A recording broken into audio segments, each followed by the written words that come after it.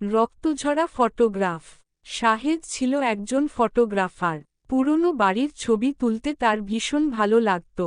একদিন সে শুনল, শহরের বাইরে এক পরিত্যক্ত বাড়ি আছে, যেখানে বহু বছর আগে এক পরিবার রহস্যজনকভাবে খুন হয়।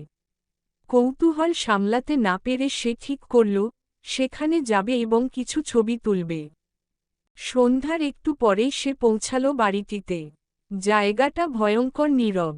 বাড়ির দরজাটা নিজে থেকেই একটু ফাঁক হয়ে গেল, যেন তাকে আমন্ত্রণ জানাচ্ছে। শাহেদ ক্যামেরা বের করল এবং ছবি তুলতে শুরু করল। প্রথম কয়েকটা ছবি তুলতেই তার মনে হল, কেমন যেন অস্বাভাবিক কিছু হচ্ছে।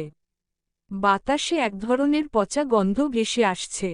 কিন্তু সে এসব পাত্তা না দিয়ে ছবি তুলতেই থাকল।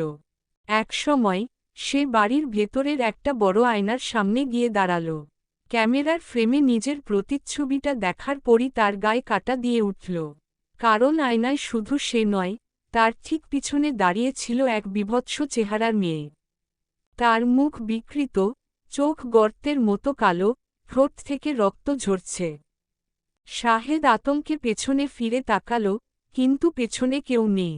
সে দ্রুত ক্যামেরা দেখে বুঝতে পারল, তুলে রাখা প্রতিটি ছবির মাঝে মেয়েটির চেহারা আছে। কিন্তু আশ্চর্যের বিষয়, ছবিগুলোর কোনো একটাতেও সে মেয়েটিকে তোলেনি। ভয়ে পেয়ে শাহেদ দ্রুত ক্যামেরা বন্ধ করে দৌড় দিল। কিন্তু দরজার কাছে পৌঁছানোর আগেই পায়ের নিচের কাঠের মেঝেটা ভেঙে গেল, আর সে নিচে পড়ে গেল। চারপাশ অন্ধকার হয়ে গেল। পরদিন সকালে স্থানীয় কিছু লোক সেখানে এসে দেখতে পেল, শাহেদের মৃতদেহ পড়ে আছে। কিন্তু তার ক্যামেরা পাওয়া গেল না।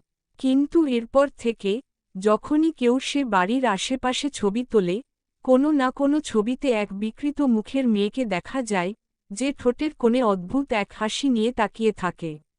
শেষ।